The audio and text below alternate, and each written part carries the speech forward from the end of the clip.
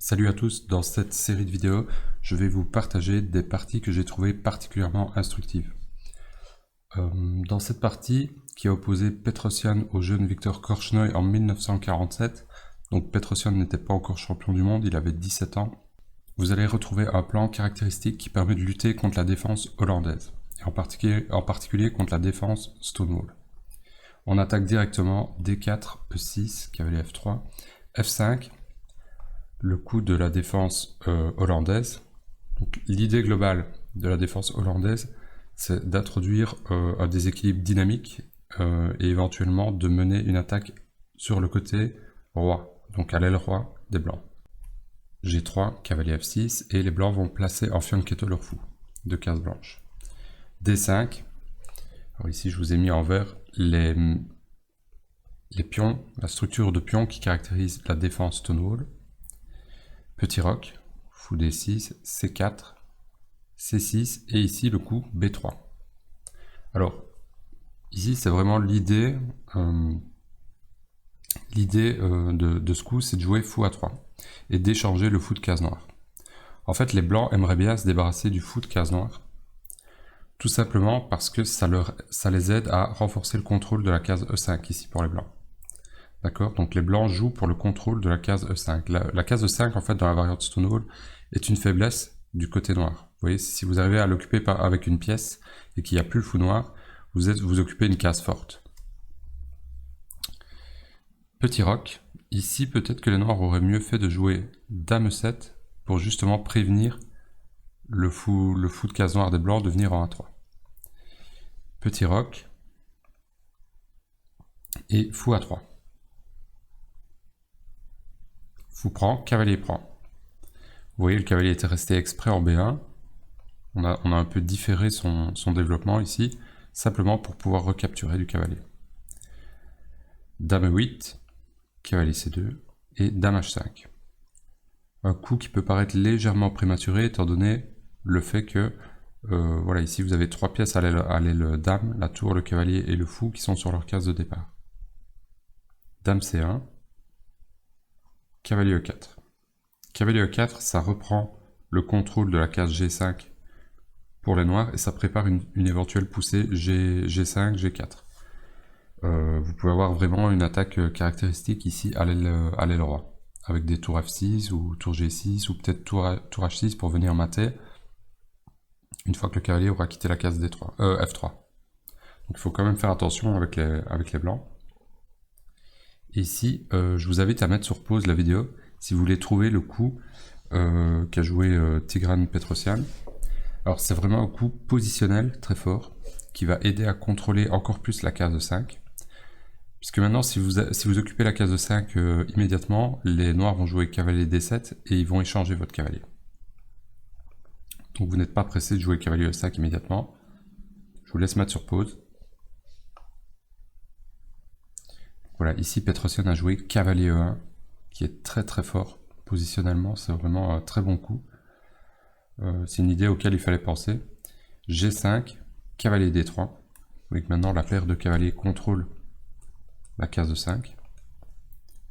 Cavalier BD7 et cavalier E5 quand même. Les blancs n'en ont rien à cirer du pion E2. D'ailleurs, les noirs ne peuvent pas capturer en E2, sinon il y a fou prend. Et par exemple, dame prend G5, échec. On a supprimé le défenseur de la case G5. Roi bouge, et ici les blancs vont avoir une attaque très forte. Par exemple, tour E1, dame prend, et dame E7 ici. Vous voyez que le roi noir est très exposé. La tour ne peut pas quitter la colonne F, sinon on aurait cavalier F7 directement, échec. Par exemple, tour G8, cavalier F7. Le cavalier ici ne peut pas bouger. Sans quoi on prendrait ici avec mat. Donc, impossible, hors de question. Le fou ne peut pas bouger.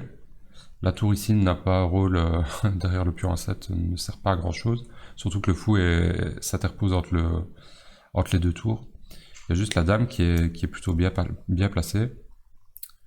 Mais voilà, la tour ici n'est pas très mobile et le roi est très exposé. Donc Surtout que les blancs vont sans doute jouer cavalier ici, pour prendre ce pion, ou lancer une attaque de mat. Donc ici, les blancs ont partie gagnante. Victor Korchnoi a bien vu qu'il ne pouvait pas prendre le pion en E2, et il joue roi H8 pour mettre son roi à l'abri, l'écarter en tout cas des menaces directes ici en G5. F3, c'est le moment, les blancs repoussent le cavalier noir ici en E4. C'est la différence entre le cavalier ici en E5 qui est sur une case forte, vous voyez. Par exemple, après prise, vous avez un cavalier qui est indélogeable ici. Il n'y a pas de poussée de pion qui permettent de le déloger. Alors que ici, vous avez un cavalier qui est potentiellement à la merci du coup F3. Et c'est ce que jouent les blancs. Ils jouent F3, cavalier D6 et E4. Alors E4, ça ouvre la position, c'est normal. Les pièces noires ici sont relativement... Voilà, vous avez le cavalier ici qui est bien mis, peut-être la dame. Le reste des pièces, les noirs ont un retard de développement. Et en plus, voilà, ici vous êtes au centre, vous êtes complètement ok, vous avez des menaces sur la colonne F si la colonne F s'ouvre. Voilà. La capture, les captures ici en E4 ne mènent pas à grand chose pour les blancs. De même que la capture en C4, donc vous pouvez regarder ça par vous-même. Donc les noirs finissent par jouer cavalier F7. Pion prend, pion C prend D5. Et ici les blancs vont vraiment liquider le centre noir, il va y avoir un échange massif de pions et de pièces. Cavalier prend, pion prend. C prend D5, C prend D5, E prend D5. Et là, F4.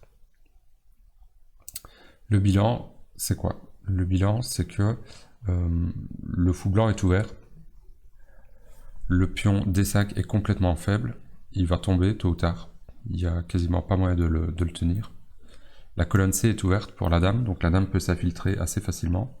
Le cavalier a de bonnes cases, et ici la tour commence à s'activer, en particulier après pion prend G5. Donc la position devient très difficile pour les noirs. Victor Korchnoi joue tour D8 pour essayer de tenir le pion. Dame C7 qui vient mettre de la pression. Vous voyez que le cavalier ne peut pas bouger sinon on prend la tour. Le cavalier, la dame ne peut pas trop bouger non plus sinon on prend le cavalier. Le fou, on voit pas trop où il peut aller. La tour ici, elle peut toujours pas bouger. Donc position très compliquée. B6, les noirs cherchent des solutions pour développer leur fou. En A6. Et là, F prend G5. Fou A6. Attaque le cavalier, mais il n'y a pas de problème. Tout est calculé. Cavalier F4, attaque la dame. Et ici, les noirs abandonnent en fait. Pardon. Ici, les noirs abandonnent. Pourquoi est-ce qu'ils abandonnent? En fait, la dame noire n'a plus beaucoup de cases. Vous voyez, elle peut pas aller ici, elle peut pas aller là, ni là, ni là. Elle peut pas se rendre là, là et là. Donc il y a deux coups, c'est dame G4 ou dame prend G5, mais en fait ça revient au même. Le problème de ces deux coups, c'est que vous lâchez le contrôle, la défense du cavalier F7. Donc les blancs vont simplement jouer dame prend F7. Vous voyez que le roi noir est toujours très exposé ici. Et après fou prend, vous me direz, fou prend qui récupère une qualité.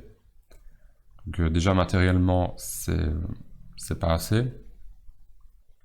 Mais surtout, vous avez un pion D5 ici qui est très faible, un roi noir qui est exposé, un pion passé du côté blanc, un cavalier qui va surgir soit après la poussée des pions, qui pourra venir soit ici en E6, soit peut-être même en H5 pour donner une attaque de mat. Ça va libérer l'action de la tour. Bref, toutes les pièces blanches, sont en harmonie. La tour ici ne sert pour le moment à rien. Ce pion là est faible. Voilà, il n'y a pas vraiment de point positif ici pour les noirs. C'est tout à fait normal d'abandonner. Donc voilà, ce qu'il faut retenir de cette partie, c'est vraiment ce que j'ai trouvé instructif, c'est ici l'idée B3 qui est sans doute théorique, je pense.